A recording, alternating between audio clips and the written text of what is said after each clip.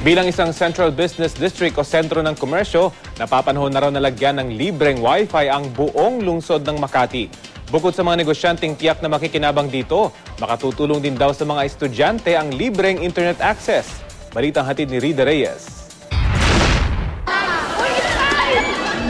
Walang linggong lumilipas na di nagagawi sa computer shop ang 4th year high school student na si Christian. At sa bawat pasyal niya dito, 2 hanggang 3 oras ang kanyang ginugugol para mag-research gamit ang internet. Katumbas ito ng 40 to 60 pesos para lang sa internet access, malaking kabawasan sa baon niyang 70 pesos kada araw. Sa libro, hindi pa sapat. Ang assignment namin is puro research. Kaya lalong lumalaki yung gastos namin. Mga estudyante gaya ni Christian ang target na matulungan ng Makati City Government sa plano nitong lagyan ng free Wi-Fi ang buong lungsod.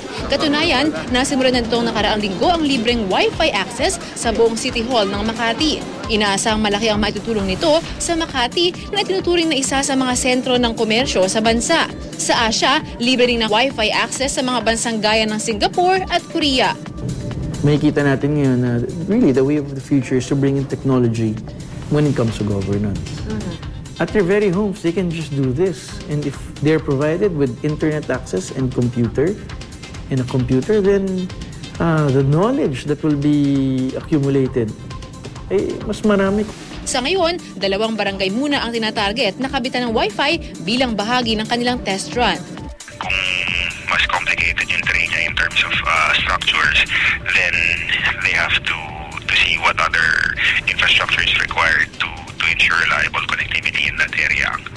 Magandang balita raw ito para kay Christian, lalo pat kahit sa kanyang cellphone, pwede na siyang makapag-internet. Lalong mas pa yung aking baon dahil mababawasan na ako ng gastusin para sa internet. Na magkano?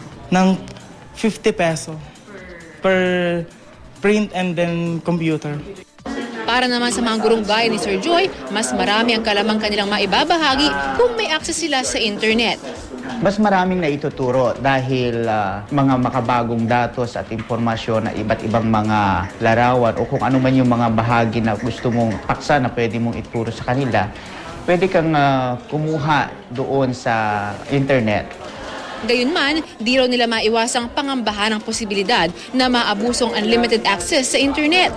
Kaya dito sa General Pio del Pilar National High School, striktong ipinapatupad ang no cellphone during class policy. Kasi ang mga cellphone, nakaka-access na sa Wi-Fi, sa internet. So, baka during lessons, hindi na sila nagko-concentrate. Isa mga magulang during parents assembly, nagabayan din nila yung mga yung mga anak nila sa paggamit nitong mga gadgets na ito. Rida Reyes, GMA News.